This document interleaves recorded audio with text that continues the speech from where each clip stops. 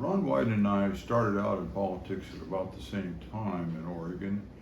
I was elected to the state senate in 1976, and he was elected to the U.S. Congress in 1978. We went to a lot of the same events as, quote, liberal Democrats.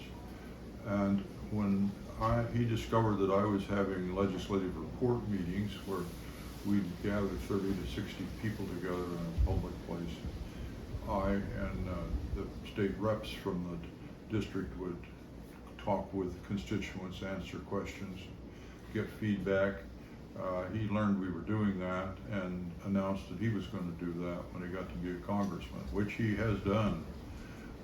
He's, in my opinion, run it into the ground. The idea he's going to go to every county in the state every year is silly. Among other things, politically, there are a number of counties in eastern Oregon who aren't going to vote for Democrats if they do somersaults in their living room. But it's a press stunt. Oh, went to every county in the state. Time would be better spent meeting in some depth with people who are trying to move public policy in a positive direction and strategize and support each other. But, oh no, legislative report meeting. Anyway, I began to learn sometime around 81 that my longtime ambition of becoming a congressman, at that point when Ron Wyden moved out of the way to go to the Senate, I knew I was in a holding pattern. And I went and visited Jim Weaver in the Capitol, and he was very friendly to me for environmental, anti-nuclear reasons.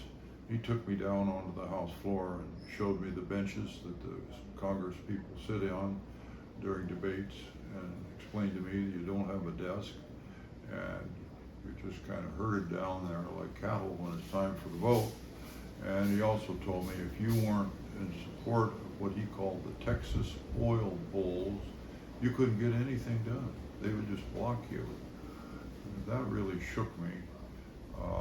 And I gradually, my ambitions to go to Congress began cooling.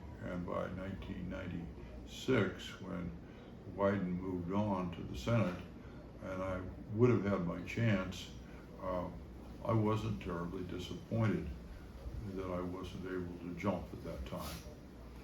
But before that happened, Packwood was being driven out of the Senate for what would be called now Me Too issues. They called him the kissing senator at the time. And I started raising funds because I knew as soon as he stepped out, Wyden would vacate his seat to step in.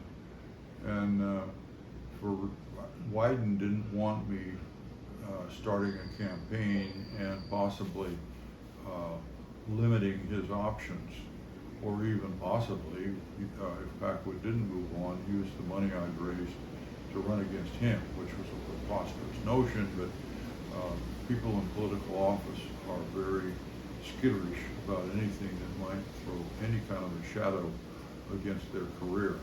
So he called out to me, he wanted to have lunch with me and Judy, and he told us, you don't want to run for Congress right now. You should put your name in to be a federal judge. I think that would be a wonderful idea. Well, two of my lawyer friends bit on that proposal and put their names in and went through the whole process of seeking appointment, only to be disappointed and only to realize later that they had no chance of getting appointed because Gordon Smith, the Republican senator from Oregon, wouldn't approve it, and the party in power, the senator from the party in power has the say, and Wyden really didn't have much of any clout at all in that decision. So Republican acceptable people were appointed ahead of my friends Jeff Foote and Dan O'Leary, and I sat on the sidelines and thought, boy, I'm sure glad I didn't let my friend Ron Wyden sucker me into that approach. Well, when Packwood didn't drop out, I stopped fundraising, and my little voyage of preparing to run for Congress was at an end.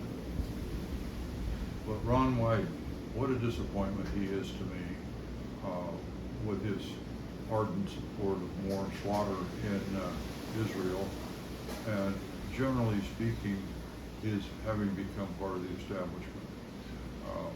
I don't want this to be too long. I'll take up some more of it in another video.